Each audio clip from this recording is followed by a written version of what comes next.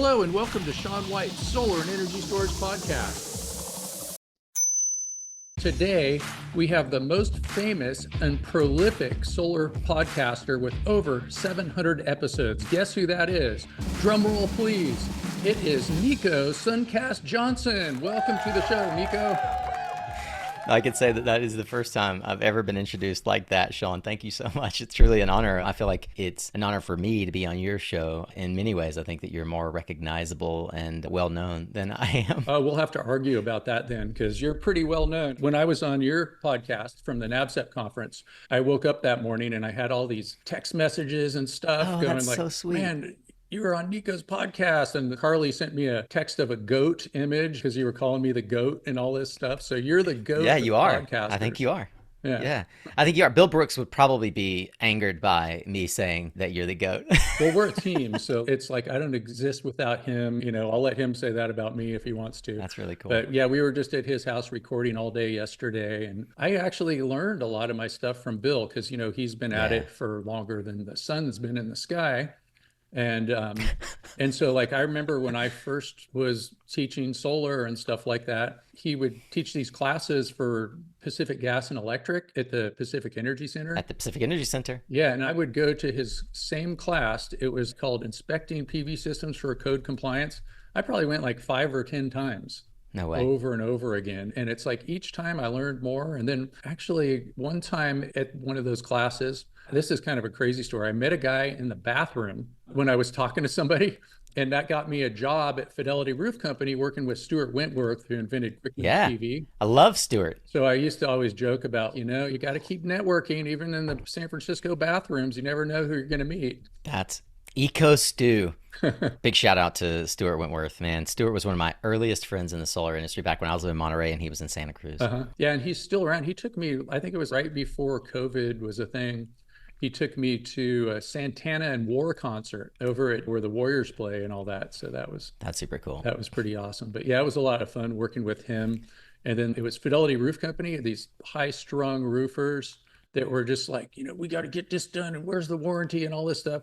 And I can remember one day Stuart walking in with a tie-dye and Birkenstocks an hour late, getting balled out. And then he ended up being so successful with his quick mount selling out that he could probably go make them an offer tomorrow and buy it up, do it like what Elon Musk did to Twitter, but actually a lot quicker than that. So that's fun. Yeah, so I'm really happy that you're here. And I was just wondering too, I was trying to scroll through your podcasts and I couldn't do it. You had too many. Good luck with that. Yeah. And I'm like, man, maybe I could get a list where it just has the name of the person you introduced. And I was like trying that on ChatGPT and Spotify and going to, you know, different places just to get a list of all the names. Yeah. But I thought I'd just even ask you, like, who are some of the top people that you had? I know you've had people like Jigger Shaw. Everybody knows who he is. I don't have to explain. Yeah. A governor from New Jersey, Christine Todd Whitman. Yeah, former EPA administrator. Yeah, like super awesome. And then Mary Powell, of course, and she used to run Green Mountain Power and she was running Sunrun. I know recently you had Abby Hopper from SIA on there, and I'm sure I'm missing a whole bunch. So. Oh, man. I could go through, I mean, it's 700 and I think we're at maybe 12 or 13 right now when we're recording this. And, you know, when I started the podcast, I had the intention, I said, you know, I want to do 1,000 episodes. Well, you're a pretty good part of the way there. Yeah. I'm getting there. Big chunk. And I didn't realize it would take a decade, to be honest, Sean. I also didn't think at the time that it would turn into a full-time business. I was working at Conergy, and in the, sort of the latest iteration of Conergy, when it was bought by Kawa Capital Management out in Miami, I was living there. Kawa, in fact, was a client of ours at Trina when I was helping. Yeah, so you work for Conergy and Trina and all these other places. Yeah, and podcast just was a thing that captured my attention because I saw it as a way to build rapport, build a personal brand, and also share with the world. And I've said this since the very beginning, a way to kind of pull back the veil. A lot of folks look at the way the solar industry is developed, the way utility scale projects are developed, the way that solar products work as a little bit of a black box. And there is this curtain between the average, even industry participant, and those who are in the know making decisions and moving the industry forward. And I found myself in a privileged position to know those folks, to be interacting with them on a regular basis, and realize that the podcast gave me a vector to get them into an intimate, vulnerable conversation where they would share their secrets.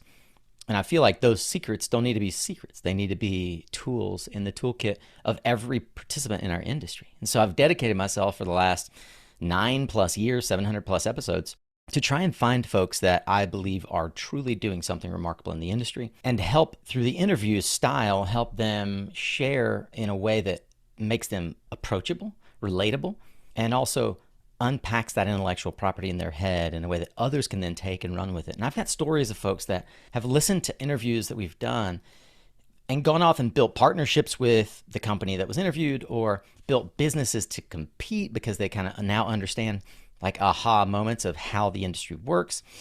A few of the folks that stand out for me though, it's interesting. You mentioned Mary Powell.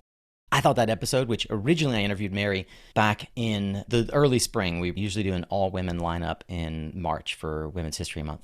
And she was the lead-off episode for March of 2022, I think. And in February of 2022, I interviewed a friend of mine whose company I had invested in, a company called Enzink. And that guy's Michael Burrs. He's a literal rocket scientist. He worked on the Tomahawk missile. If you haven't listened to that episode, I remember, Sean, and you'll appreciate this as a podcaster, like I remember walking away from that episode when I pressed stop and like got out of it and walked into the kitchen. I looked at my wife and I said, this was the best interview I've ever done. Awesome. And so what was the person's name again? His name is Michael Burrs, B-U-R-Z. Michael Burrs. When we're done, I'm going to go listen to that. Please. Yeah, it's a fantastic interview. I have a rocket scientist in my class right now, and I have had another one, and I'm like, that's pretty cool, but yeah. It is. It's amazing. To my surprise though, Sean, you might have thought this person that very few people knew, Michael Burrs, working on a technology that still was not like actually productized. It wasn't actually like formally commercialized, would have gotten minuscule attention compared to Mary Powell, who ran Green Mountain Power, who had just recently at that time taken over Sunrun as the CEO. She'd been on the board many years prior.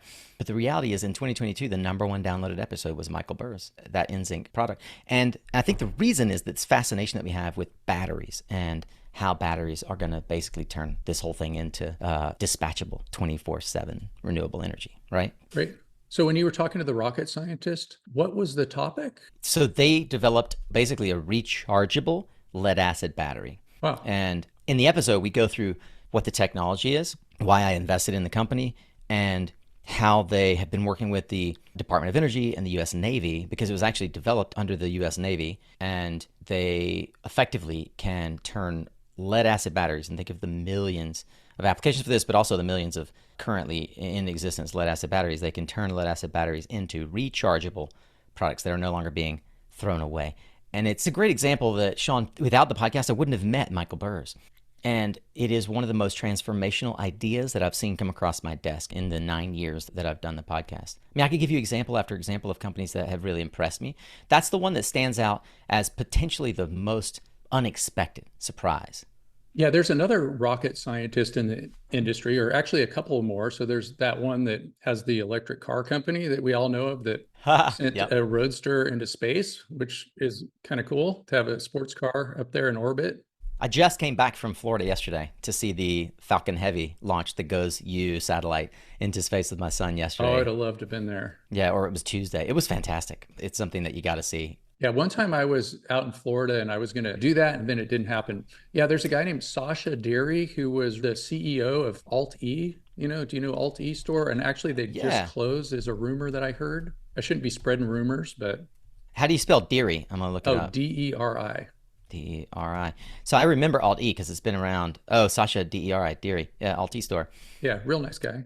I haven't met Sasha, which is crazy because Alt-E's been around since the last century. I think they started at the end of the 90s.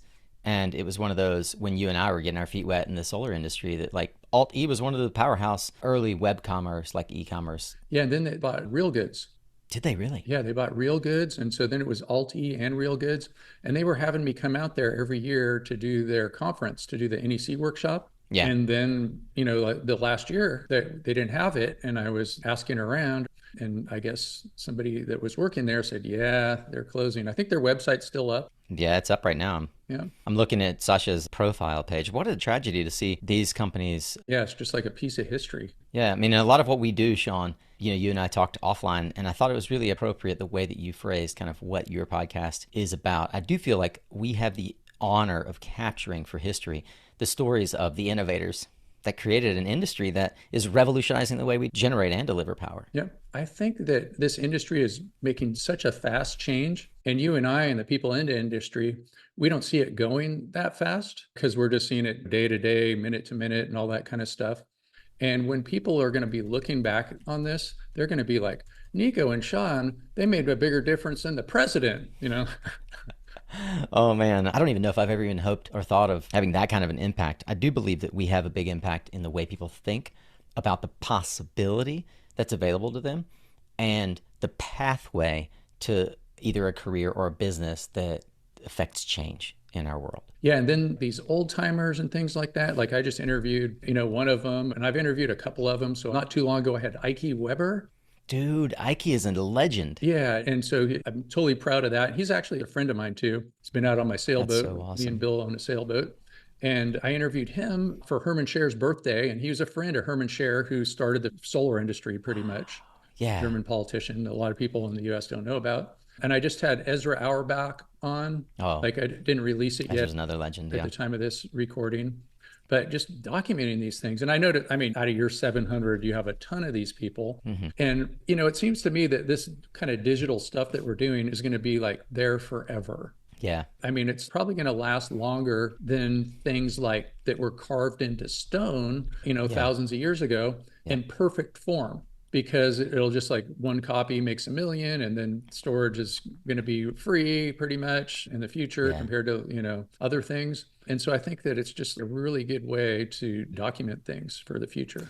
Sean, you mentioned earlier that I've been prolific, and I was very intentional about the way that I launched the podcast and how I've carried it throughout the years. But one of the early pieces of advice I got was that, with few exceptions in the art world, artists that we admire today, the Rembrandts, the Picassos, they're not admired for a piece of art. Yes, the Mona Lisa is unbelievable. The Starry Night is transfixing if you like that particular style, but the prolific nature of their art, the fact that they showed up again and again and again, that they did it day in and day out, is why we know the great artists of the Renaissance, because they changed the way people thought about how art was made, who it was for, and what it was about.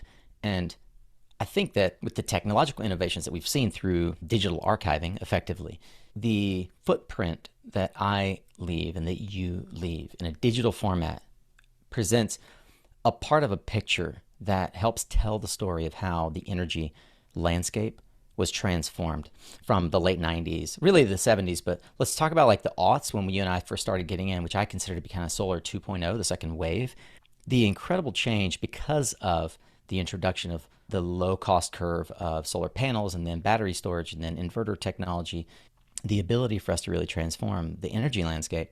Us capturing that in digital form, now with AI coming on board, it will get integrated into the master brain, right? Yeah. So the more we create of heartfelt, positive stories that really do tell the truth of how this industry was created, who the pioneers were, their story won't get lost. Their story makes an impact and it will get integrated. I'm starting to see now things from Suncast, and we've seen this through the years through SEO, but I'm starting to see things from Suncast populate into ChatGPT search results, right? And certainly Google search results. And Google is prioritizing audio and video over text. So I say podcast is the new blog, and how we position these narratives with really good hooks, with really good storytelling will impact whether or not our story is told in a way that is true to the reality of the pioneers that made it happen. Great. Yeah, that's a good point.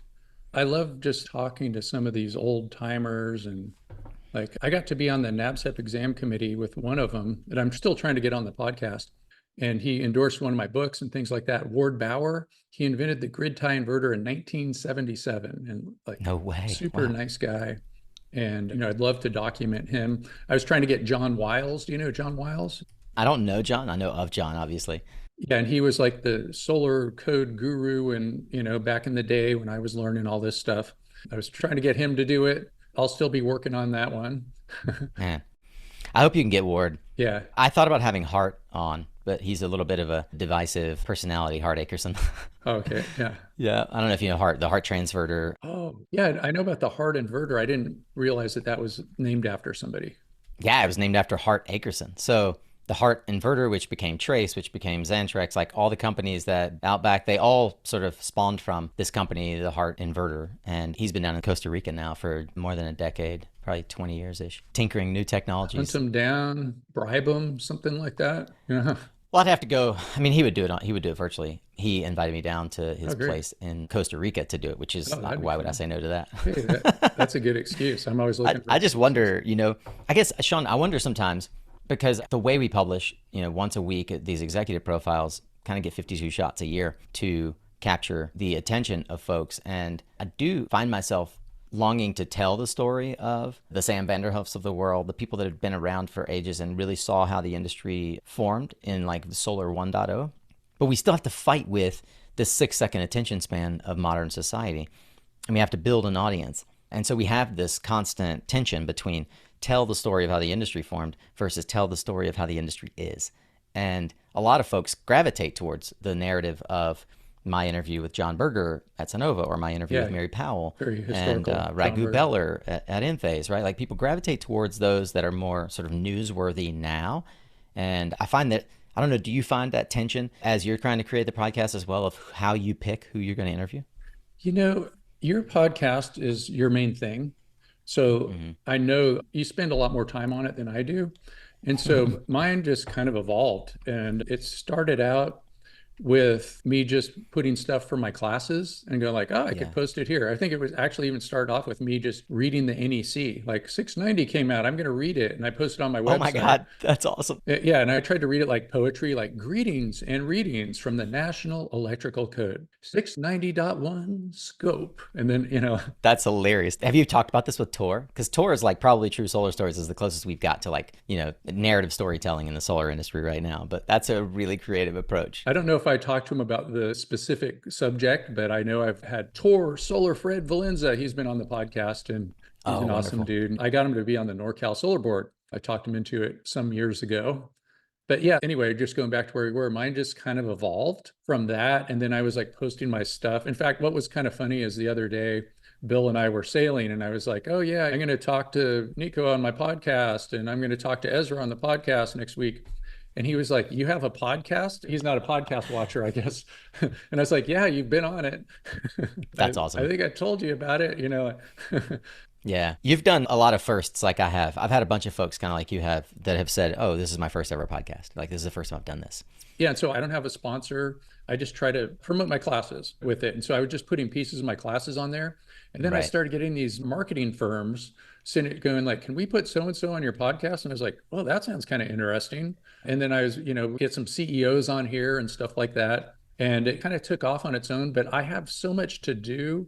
I haven't really spent much time chasing after people. But as far as like Yeah. what you're doing, how do you get these people? Does it just come to you or do you come to them? Like you get like Jigger Shop. Well, let me tell you, I'll tell you a funny story about Jigger. So it's a kind of a two-part answer, and I'll take the sort of the Jigger Shaw, Dan Sugars of the world as an aside, we'll take it a slight departure from the norm. But generally speaking, the first 100 episodes were like, let me go ask as many of my close friends that I know who are in the C-suite as possible. And I'm fortunate because I had a decade of experience in the industry and I'd worked at some of the biggest companies. So I actually did know a lot of the folks that over time, and this is the value of dedicating yourself to an industry, if not a company, but an industry for more than a decade, is that a lot of the people that I started out in the industry with, the Noah Eckerts of the world, had risen to leadership positions, the Daniel Deuces. I mean, I could name a long laundry list of folks that now are running their own companies or running publicly traded companies who we started out together kind of on the trading floor, if you will, out on the front lines. And so I am able to kind of pick and choose, as it were, in the first 3 or 4, 500 episodes, it was me going and knocking on doors of people that I thought would be really interesting and who were hard to get. They had to have that vector of hard to get, really interesting. Mm-hmm.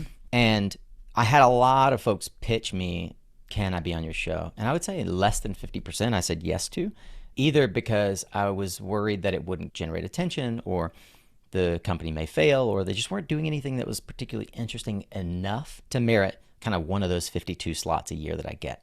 And a lot of marketing teams have reached out over the years. I'll tell you, like one of the things I'm most, it was kind of, wow, I can't believe I just got this opportunity. The marketing team for Robert Piccone at Energy Vault and Christy Obiaya at Heliogen, who are both spin outs from a well-known incubator in California, they reached out and said, would you like to have them on?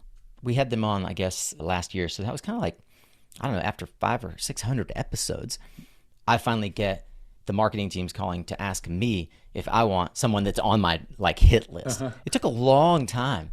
Yeah. But I think the core answer is perseverance. There are a lot of podcasters out there who I've heard them say, oh, this person keeps blowing me off, or this person won't pay attention. And they forget that as communicators, we are a channel, a vector for them to do something else. They don't really care about being on our show so much as they care about sharing their message in a way that's going to get to a larger audience.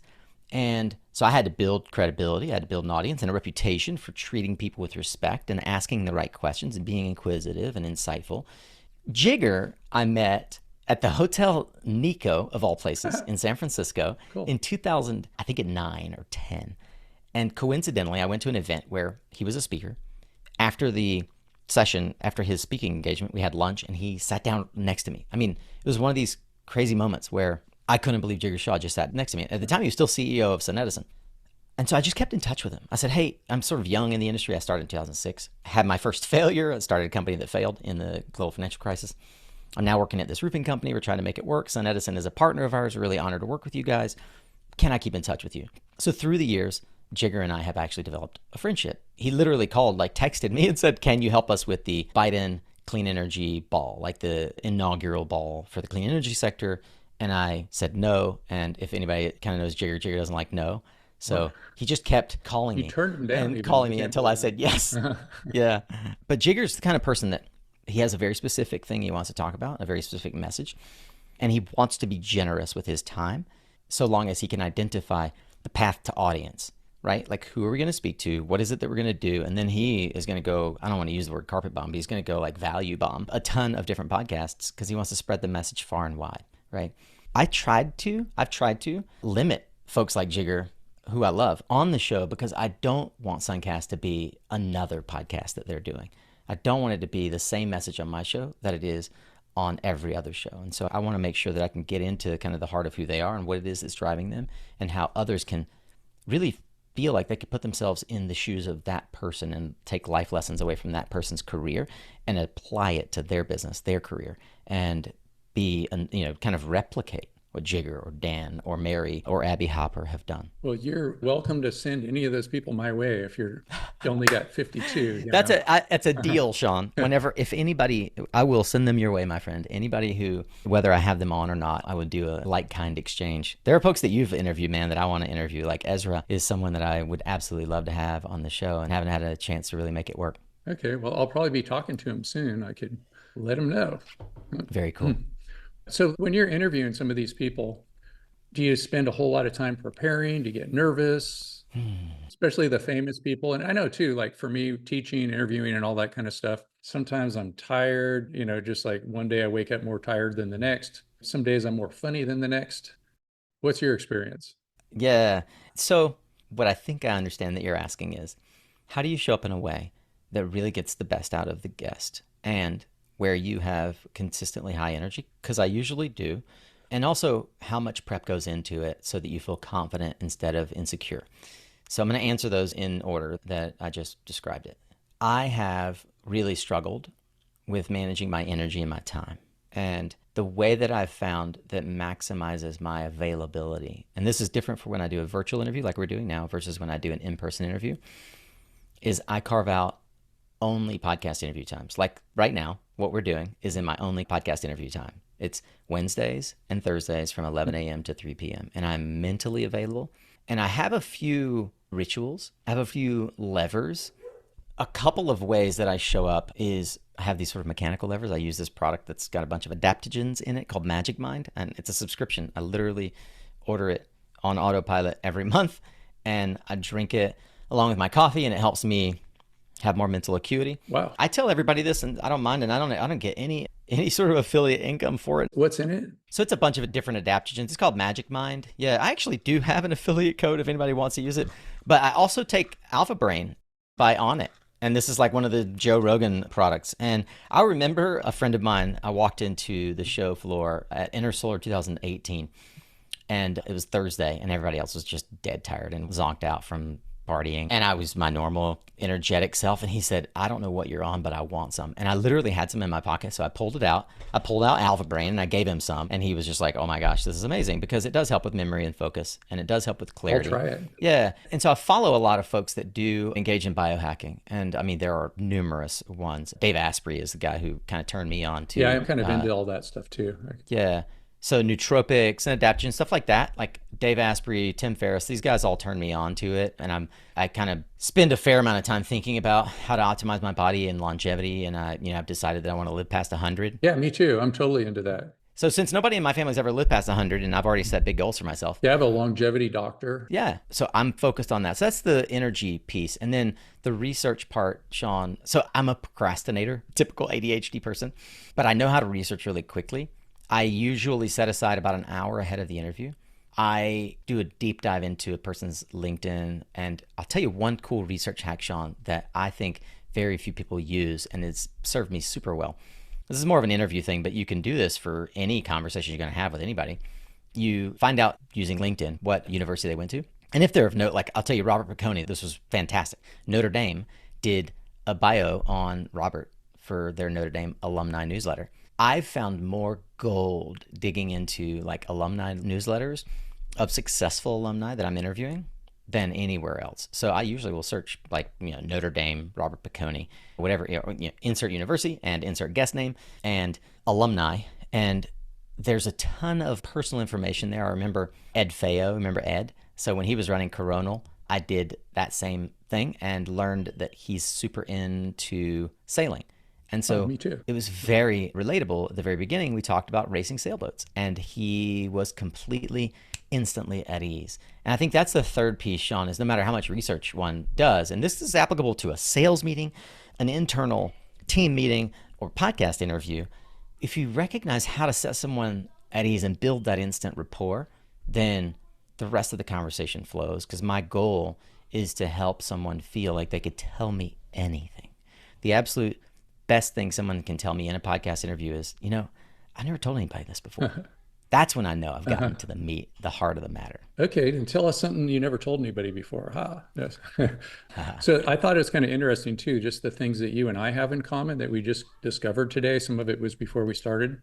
So we just talked about longevity. So we're into that, biohacking and all that kind of stuff. You mentioned Tim Ferriss. I used to listen to his podcast a lot more. And then we also discovered that we both crashed trucks on the way to our SAT exams. It's like the most random simultaneous data fact. Yeah, and that came from you bumped your leg on the way to the mic this morning. And so I was like, oh, that'll improve our call because the cortisol I think it did actually. Yeah.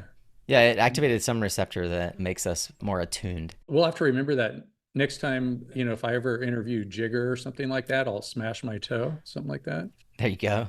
It's really interesting. You mentioned Tim Ferriss and smashing toes. So one of the things that I somehow deeply remember is this speaking hack for him. Somebody asked him, how do you kind of get in the zone before you go on the stage? And he literally will smack himself in the back of the neck, like pow, pow, pow, like 3 times to like wake him up, like get those receptors firing and pull him into the present moment and out of like being inside of his head and really thinking about it.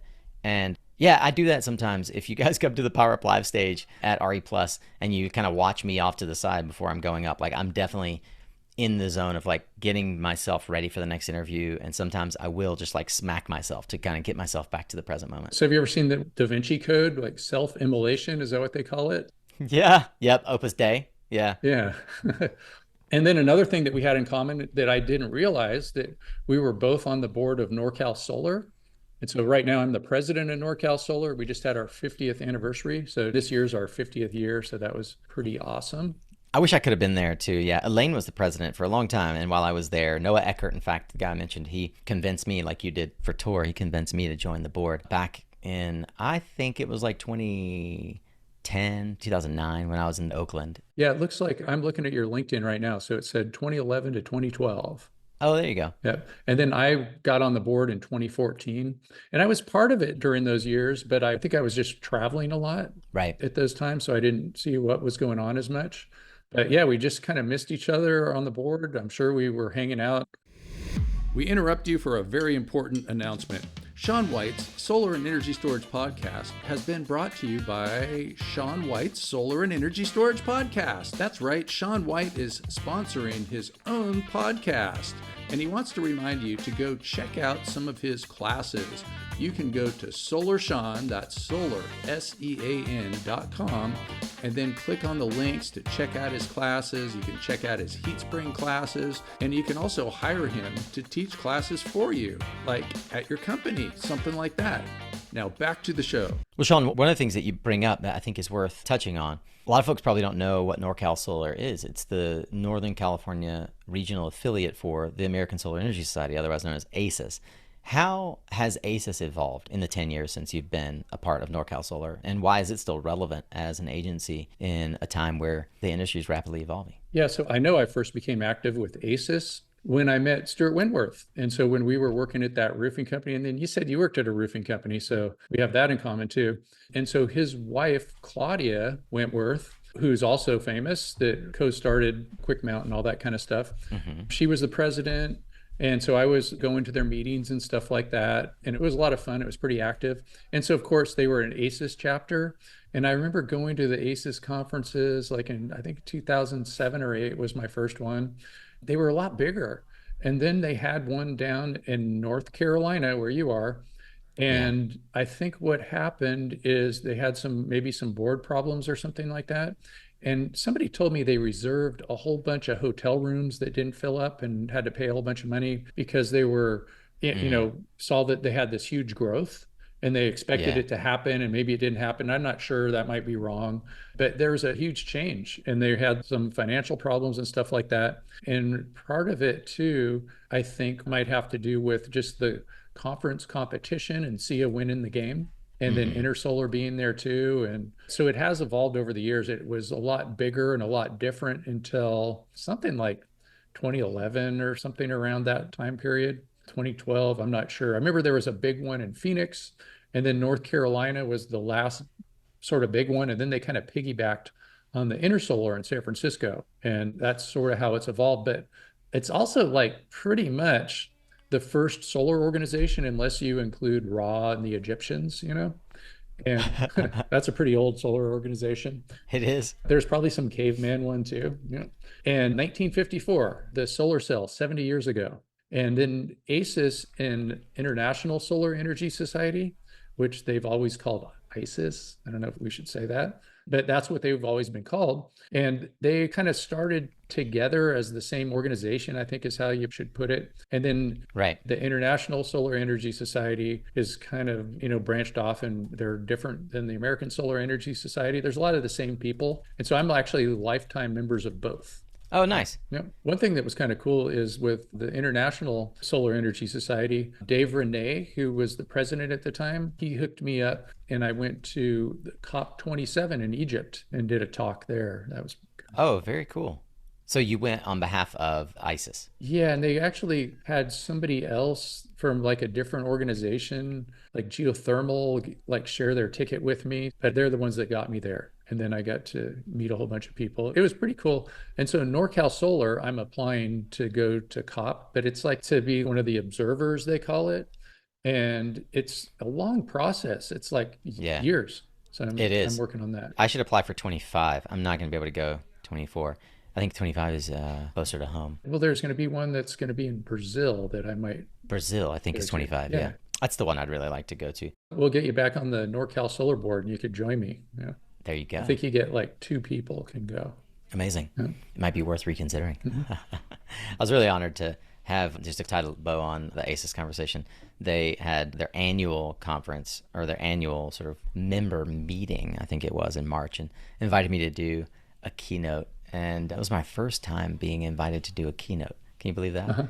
Well, I can't believe it, but that's cool. Yeah. And so I talked about the power of storytelling and how everybody here is a part of helping grow the industry. We're not watching Jigger or Abby or Dan Sugar or Mary Powell. We're not watching them create the industry. Like, they are inspiring us to tell our story. And I think that one of the beauties of mediums like podcast and YouTube is that the gatekeepers are gone. Content is something that everybody can create. Sean, you make it on the side, and you prove my point that you could be a full-time instructor, trainer, traveler, speaker, and still produce content that helps people educate themselves and that changes their mind and that provides them insight into where they fit into all this. So I think that the fundamental underlying piece of why anybody presses play on any of this content, including this episode, is a voice in the back of their head that is asking, am I doing this right?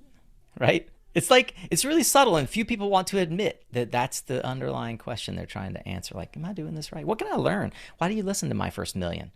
Right? My buddy David Banyalba, it's like, why do I listen to My First Million? Because in some way I'm curious what they're going to say about how the world is working today and what I'm going to learn about AI and what I should think about outside of the sphere of solar industry that might help me do this in a more effective way or a more efficient way. Maybe there's somebody I should know at this company. Maybe there's a company that's not on my radar that's going to help me think more clearly about how I show up in the world.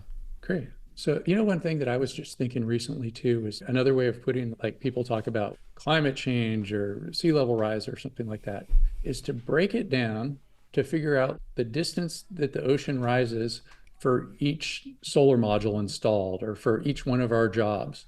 And it might be a very small amount, 10 to the minus something or other, but it's actually measurable. Yeah, in terms of the deceleration of sea level rise. Yeah, how much you prevented it from going up more. Yeah, I'll tell you, much smarter mind than mine. We'll have to figure that one out. Okay, well, we'll just say it's 10 to the minus 20 or 10 to the minus 10 meters or something. I don't know, something like that. There you go. And so I know we're getting towards the end right now. And so, Nico, are there any storytelling tactics that work no matter what sector you're focused on? Yeah, I think that the thing about storytelling is that folks think that's something other people do, famous TikTokers and YouTubers, but we all have a story to tell. And I can share a few tactics, as it were, that have worked. But if you think about even Shakespeare, obviously used storytelling tactics that Coca-Cola and other marketers use today. The inciting moment, the rise and fall, the tension that you need to create, that's not something that just is reserved for plays or books or movies. Conversations as simple as having coffee with someone are made more interesting, and certainly in a 6-second world, they're made more approachable if we use certain storytelling tactics. One that I used recently when I interviewed Raghu Beller, that's a slight modification of the tool itself, is the what, so what, then what, or what, so what, now what model. And the what, so what, now what model really helps teams, individuals think about the present activity, everything from how a meeting went or a project or how a business activity is or is not succeeding, in a way that allows you to come away with the takeaways and share those takeaways. So what? Describe the situation that occurred. To so what? Analyze why it matters and its implications. And then now what? Consider the possible next steps and or your insights from the activity that happened. I am using that exact framework I have a newsletter on LinkedIn that we launched earlier in the year called Valence. And it really is about how storytelling is at the heart of everything we do. And a lot of folks are afraid to be storytellers and to integrate storytelling and to share on LinkedIn on a daily basis or even a weekly basis. But yet they want their companies to be known. My personal perspective is that people don't care about companies and brands. They care about the humans that are involved in pushing a technology forward. Dan Sugar is in part popular because Nextracker is a good technology. But if it were just the fact that it's Nextracker, then the best tracker out there, or people would be technology centric, but thousands of people follow Dan Sugar because he's also good at telling the story of how the industry is unfolding. So Dan Sugar is a great example, Nextracker and inverter companies of guitar player. He is a great guitar player. But you could talk about the innovation curve. There are actually some ways to think about kind of how you position your message that has to do with where you are on the innovation curve.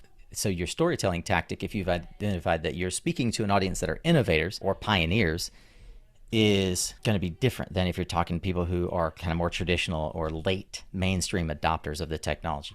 Early pioneers, you're going to tell them stories about process and breakthroughs and prototypes and things that they can sort of feel like their early insider secret sort of knowledge is valuable to them. And if they're late mainstream, you really want to convey that your product, while it does work for a niche, is now expanding to mainstream and is ready for mass market, right? So Mike Burrs, with his NZync battery technology, has not become mainstream, but lead acid batteries are mainstream. So it's easy for him to extrapolate in a story how his niche technology incubated in the Navy is going to now be ready for mass market and can apply to the millions of lead acid batteries in the world, right? Like that story of innovator sort of overcoming that technology gap is important if he wants to raise money and if he wants to attract people that are more in that late mainstream mindset. So I think a lot of us in the solar industry are on that innovation curve, and we have to think through who is our audience, where are they in their adoption of technology, so that we can speak to them where they are.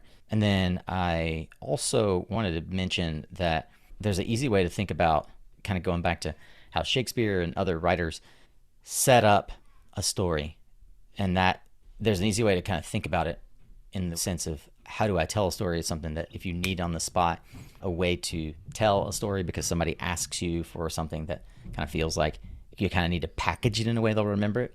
And it's the 5 T's. So think about timeline, turning points, tension, temptations, and a teachable moment. And if you can think in that 5 T's framework, then you could turn anything into a story.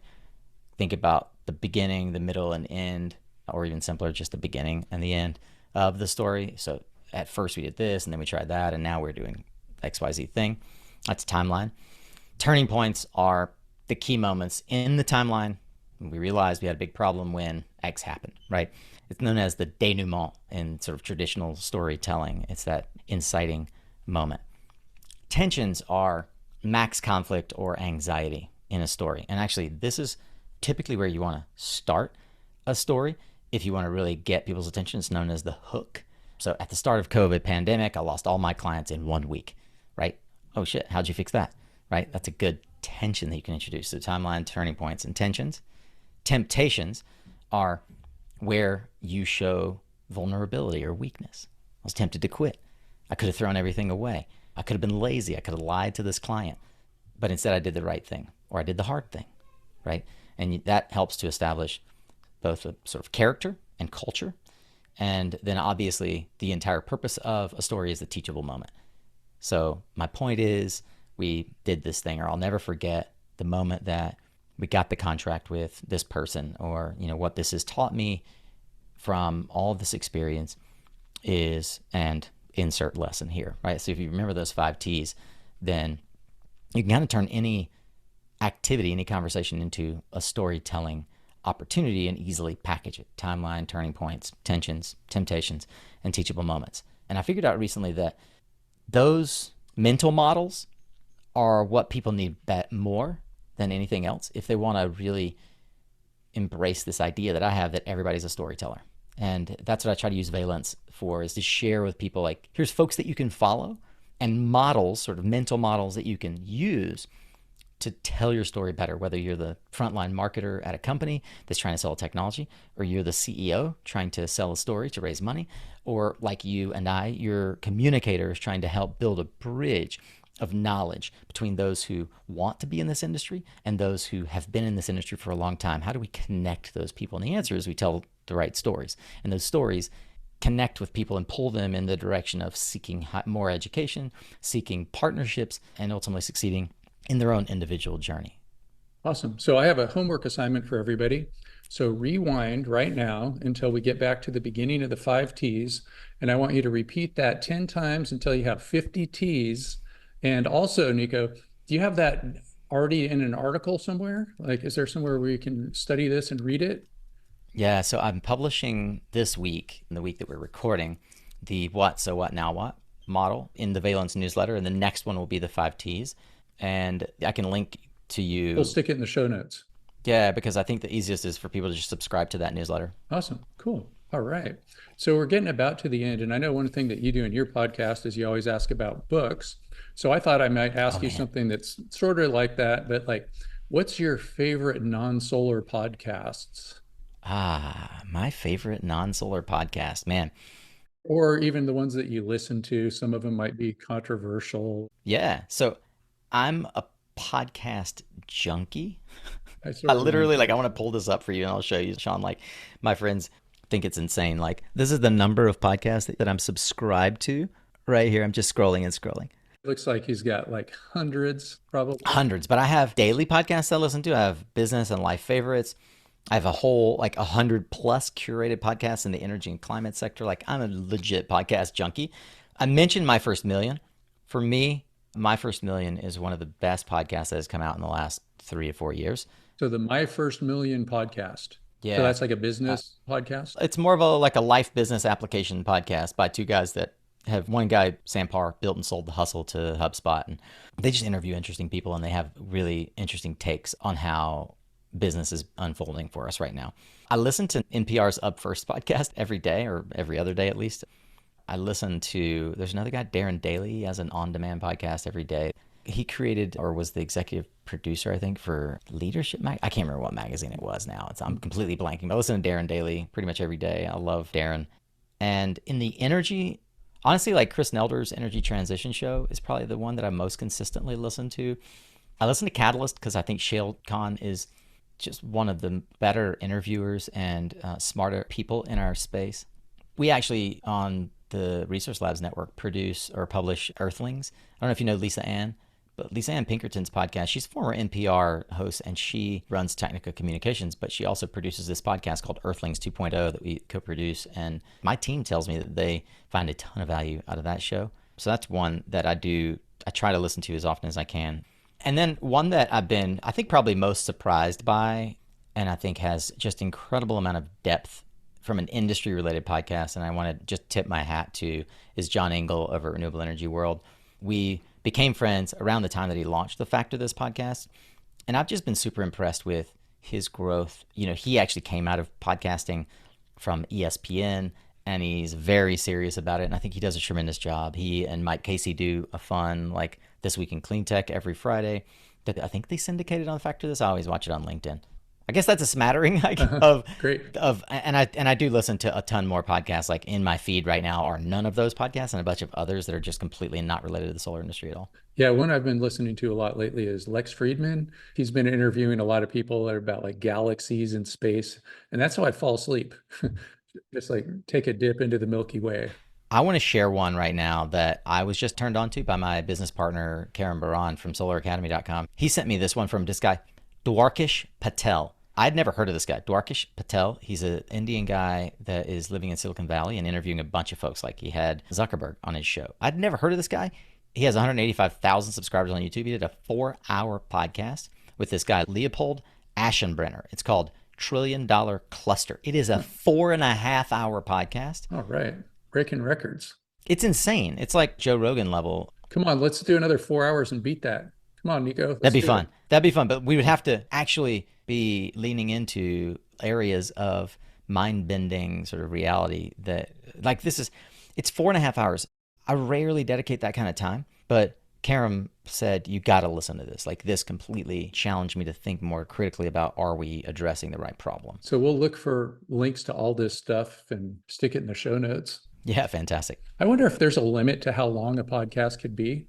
Like, what if we just did a fundraising marathon podcast for grid alternatives for 24 hours or something like that? We should totally do this, Sean. I love that idea. Let's do it. I also think that attention is the currency of modern society. And the ability for this guy, Dwarkesh, to have 100,000+ people watch a 4.5-hour podcast speaks to value creation. Because I've never even heard of the guest that he had, right? But it's fascinating. A lot of folks say, like, how long is too long? Well, this guy just did 4.5-hour episode. Joe Rogan routinely does 4-hour episodes, 3-hour episodes. It really is about being inquisitive and having insight, and not, in a 4-hour episode with Joe Rogan, there's definitely parts that are forgettable, right? But I think the magic of the modern media company is to be able to pull out the insights. That's a lot of what we do now at Suncast, is like work with our clients on how do we pull out the insights. If we do these long interviews, if we do these long sort of capture moments of their intellectual property, and we're going to publish something that maybe 30 or 45 minutes, is there a 30-second clip? That's the hardest part of the whole business model that we are working on at Suncast, is how do you actually capture the insights, the moments that pull people in, the hook. So Russell Brunson has this model, hook, story, offer, right? And the offer could simply be like, leave us a comment of what you think, but that hook, that's another sort of model that people can use for storytelling. Hook, story, offer. The hook is what gets people in. It's like the headline of the blog post, right? It's like the subject line of your email. If you don't have a good subject line, nobody's going to read your freaking email. So I have to get the cover art right on YouTube. I have to get the title right for my podcast episode, or half the audience tunes out. They don't click through and listen to it. This Saturday, I'm going to go to something called VidCon. Have you ever heard of that? Oh, yeah. You're going to VidCon. That's awesome. Yeah, my daughter's like, all of her favorite YouTubers are going to be there, and she's the one that talked me into it. And she's only 9 years old. I'm going to go with a 9-year-old. Wow. Yeah, maybe I'll learn something. That's amazing. Where is VidCon this year? Anaheim Convention Center. Same place we're going to go to. I'll see you at RE Plus there, I'm sure. Absolutely. I'll see you at RE Plus. And I want to make sure that you have secured your Solar Sean podcast interview slot at the Power Up Live stage. We got to make sure that happens. All right. Yeah. Let me know what to do. Yeah, man. The Power Up Live stage this year is going to be, it's where we interview folk and we invite other podcasters. It's in the lobby of Hall E this year at RE Plus. So it's actually like out in front and center. Vartilla Energy Storage and Optimization is our presenting sponsor, and really honored and proud to be able to partner with RE Plus to do that stage. And it came from Sean, like you and I, wanting to interview executives, but having to walk a mile away to a press room and ask somebody else to leave their booth, right? So each year we get closer and closer to the actual trade show floor and giving people a really easy space. By the way, this year we actually have a podcast recording booth in our, like, on site. So we've got our stage, and then in the back we have a podcast recording booth. So more to come on that too. Stay tuned. Great. Thanks so much. Yeah, just let me know how to get hooked up with that. Love it. It's very impressive seeing all the podcasting you're doing in your podcast zones at all the conferences, getting all the podcasters together. Yeah, I think that a rising tide raises all boats. Yeah. Thanks for rising the tide, Nico. Yeah, man. I appreciate the work that you're doing as well, my friend. I said it when we published your episode. You are one of the most prolific educators in the sector, and I think that you're doing a tremendous amount of good. Thank you so much. And your podcast is super educational. I learned everything I know from your podcast, of course. So everybody knows your podcast, but let's just have you tell everybody where to find you. Yeah, sure. The easiest way to find the podcast in the back catalog is mysuncast.com. It's called Suncast. The podcast is called Suncast. And we're available on iTunes, Spotify, all the major podcast players. Increasingly, we have published every episode as a video podcast on our YouTube channel. So if you search YouTube for Suncast Media, or if you go to YouTube/Suncast Media, I think that's how it works, then for those of you who are video oriented rather than audio, that's where all of our video is. And we've got a bunch of shorts and snippets and things like that for the low attention span folks. So everything is under the banner Suncast Media. Also, if you want to find Earthlings, which I mentioned earlier, you can go to resourcelabs.co. And that is our podcast network, which is not officially launched, but we have Earthlings and a few other podcasts that are onboarding. Honored to count all of you as listeners. And I would ask that if there are folks that you think should be in my podcast or Sean's podcast, please let us know. Yes. Fewer people than you would expect actually reach out to us and pitch us on high value conversations. And what we're looking for is to share with the world the educational, edutainment content that inspires people to build things in this industry. And building, you could be building your career, not just a business. So build something of meaning that's going to impact the world around you, and then learn how to spread that. And we want to inspire you with that by showing you examples of others who've done it before you. Yeah, and I'm looking for world leaders, media people, movie stars, all those kind of people want to be on my podcast. Let's do it. And Nico too, of course. And also too, you have a spot on your website where people could find heat spring classes. So how would somebody navigate to that? I love that. It's mysuncast.com/HeatSpring, actually. And Sean and I both are big fans of HeatSpring. It's a great way to get up to speed very fast on really any aspect of solar, wind, geothermal. There's classes for all different aspects, energy efficiency, and love everything that Brian and the HeatSpring team are doing. So thanks for that nod there. Yeah. And then Brian Hayden, the founder of HeatSpring, he's also a great storyteller, and he really is some podcasts that have nothing to do with solar or HeatSpring or anything like that. So you could go search for those yourself if you want to. And any last words? This episode is chock full of resources. I love it.